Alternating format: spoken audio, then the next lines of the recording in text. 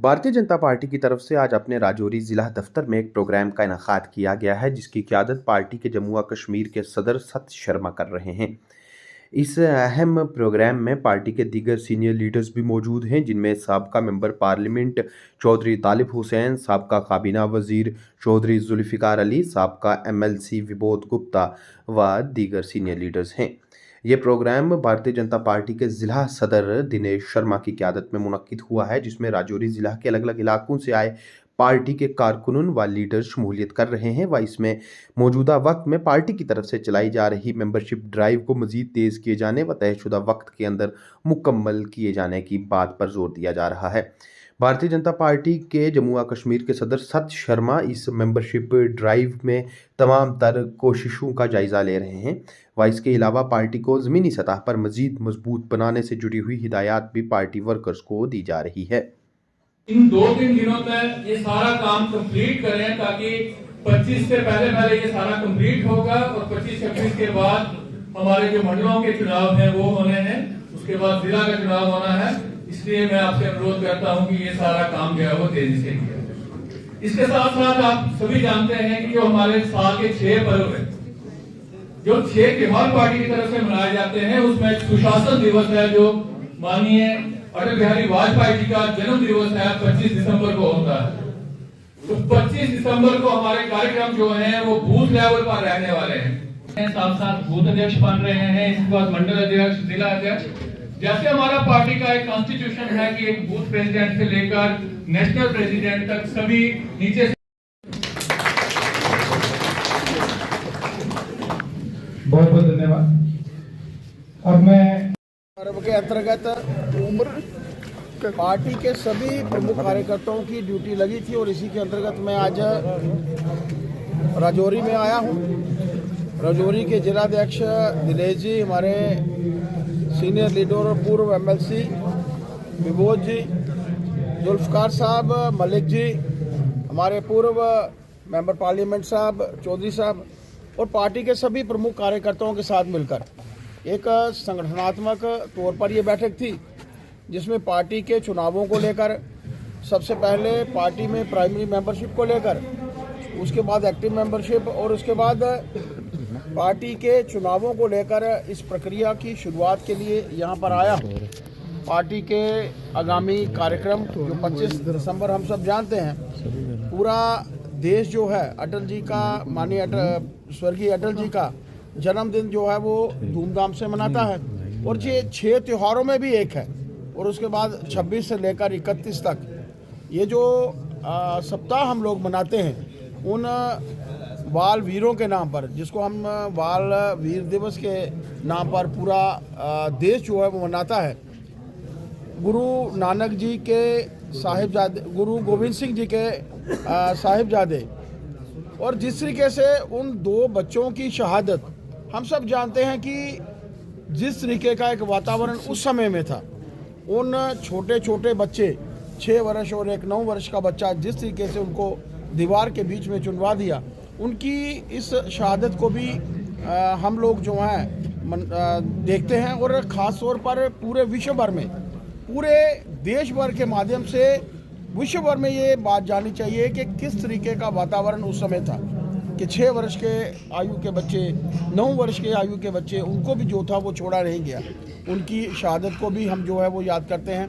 उन 2 कार्यक्रमों को लेकर और पार्टी के संगठन कार्य को लेकर आज जिलाध्यक्ष जी के साथ मैं यहाँ पर हूँ। पार्टी के सभी प्रमुख कार्यकर्ताओं के साथ बैठने का भी मौका मिलेगा और पार्टी के आगामी आने वाले चुनाव, बूथों के अध्यक्षों के चुनाव, मंडलों के चुनाव, जिला के चुनाव और उसके बाद प्रदेश के चुनाव के बाद राष्ट्रीय अध्यक्ष जी का चुनाव भी जो है इसी माध्यम से। प्रधानमंत्री और गृह मंत्री की तरफ से ये यकीन दहानी कराई गई थी कि यहाँ पर स्टेटहुड जो है उसको वापस दिया जाएगा। क्या मान के चलें, क्या उम्मीद करें कि वो स्टेटहुड वापस मिलेगी? ऐसा है, जहाँ तक प्रश्न स्टेटहुड का है, देश के प्रधानमंत्री जी ने समय समय पर अपने बयानों के माध्यम से, माननीय होम मिनिस्टर साहब ने भी अपने बयानों के माध्यम से ध्यान में लाया है कि उचित समय जब आएगा तो ये स्टेटहुड भी जो है वो मिलेगी। हमारे विधायक चुनकर आते हैं, विधायकों के माध्यम से डेवलपमेंट के कार्य होते हैं, उन कार्यों को भी जो है वो प्राथमिकता देने की आवश्यकता है। जो शायद नेशनल कॉन्फ्रेंस और उसके गठबंधन के लोग, हालांकि सीधे तौर पर कोई गठबंधन दिखता नहीं है, कांग्रेस के साथ भी हालांकि गठबंधन के तौर पर उन्होंने राजनीति शुरू की थी, गठबंधन के तौर पर यहाँ पर सरकार बनी थी, लेकिन आज कांग्रेस को जो है वो दरकिनार कर दिया गया है।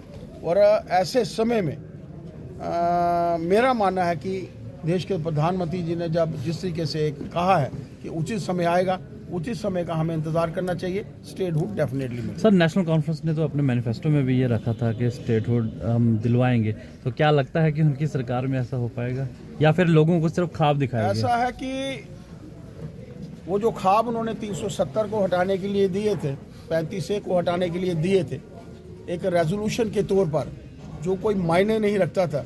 वो जानते थे कि केंद्र में वही लोग हैं जिन्होंने 370 को हटाया था, 35A को हटाया था, और प्रधानमंत्री जी ने भी लगातार से अपने भाषणों में इस विषय को रखा है कि वो जो इतिहास के पन्नों में गुम हो चुके हैं, जो इतिहास के पन्नों में दर्ज हो चुके हैं, वो वापस नहीं आएंगे।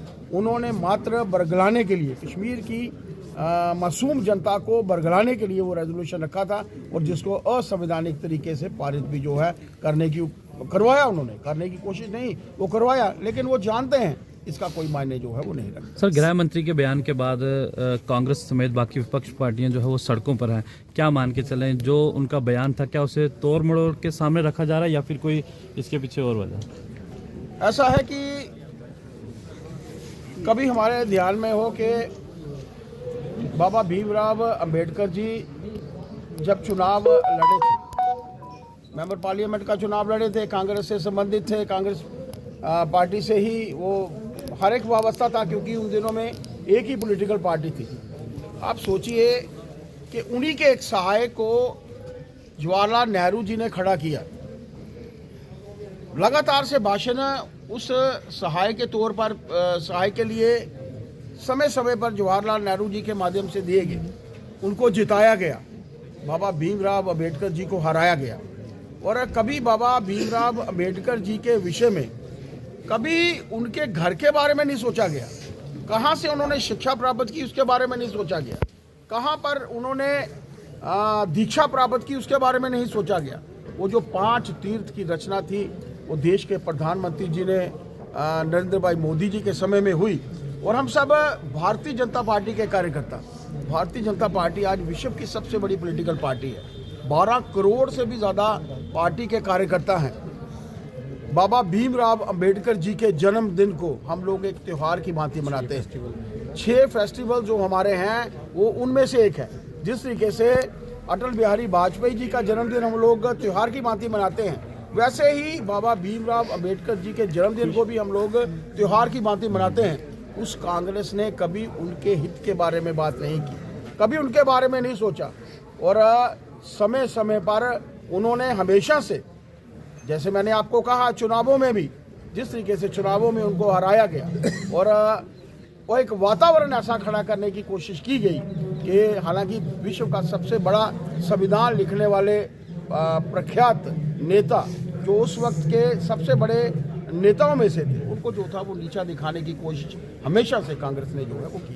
सर, एलजी एडमिनिस्ट्रेशन और उमर अब्दुल्ला गवर्नमेंट के बीच तालमेल नजर नहीं आता, क्या कहेंगे इस पर? ऐसा है कि चुनकर आए हुए, हालांकि नेशनल कॉन्फ्रेंस को मात्र 23% मत मिले हैं, भारतीय जनता पार्टी को 26% मत मिले हैं। 1,56,000 वोट भारतीय जनता पार्टी से कम मिले हैं। नेता जब चुनकर आता है, मुख्यमंत्री हैं, तालमेल की क्यों कमी है? डेवलपमेंट के कार्य करने के लिए उनके विधायकों को चुनकर भेजा गया है, क्यों उनके माध्यम से काम नहीं हो रहे, क्यों वो डेवलपमेंट नहीं करवा रहे? तालमेल की कमी वहाँ होती है जब हम काम ही नहीं करना चाहते। और मेरा ये मानना है कि नेशनल कॉन्फ्रेंस काम करने के लिए नहीं आई। उन्होंने अगर काम करने की बात कही होती तो वो पहले ही दिन असंवैधानिक रेजोल्यूशन नहीं लाते, और उस असंवैधानिक रेजोल्यूशन को आप लोगों ने देखा कि किस तरीके से पारित करवाया गया। अगर वो डेवलपमेंट चाहते थे तो डेवलपमेंट के मुद्दों को लेकर डेवलपमेंट होती, चर्चा होती, लेकिन वो चर्चा उन्होंने नहीं की। वो नहीं चाहते कि यहाँ पर एक अच्छा वातावरण बने। इसी दिशा में वो आए दिन उनके माध्यम से बयान जारी हो रहे हैं। वो काम कर सकते हैं, उनको काम करने चाहिए, लेकिन वो काम करना नहीं चाहते।